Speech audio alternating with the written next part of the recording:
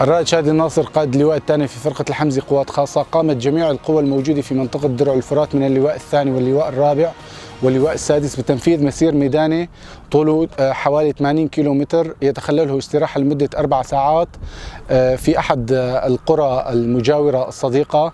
والهدف من هذا المسير هي زيادة ورفع مستوى اللياقة البدنية والقدرة القتالية لكافة مقاتلين منطقة درع الفرات بالألوية الثلاثة. وتقوم فرقة الحمزي قوات خاصة بتنفيذ هذه المسيرات بشكل دوري ومستمر لكافة تشكيلات فرقة الحمزي قوات خاصة.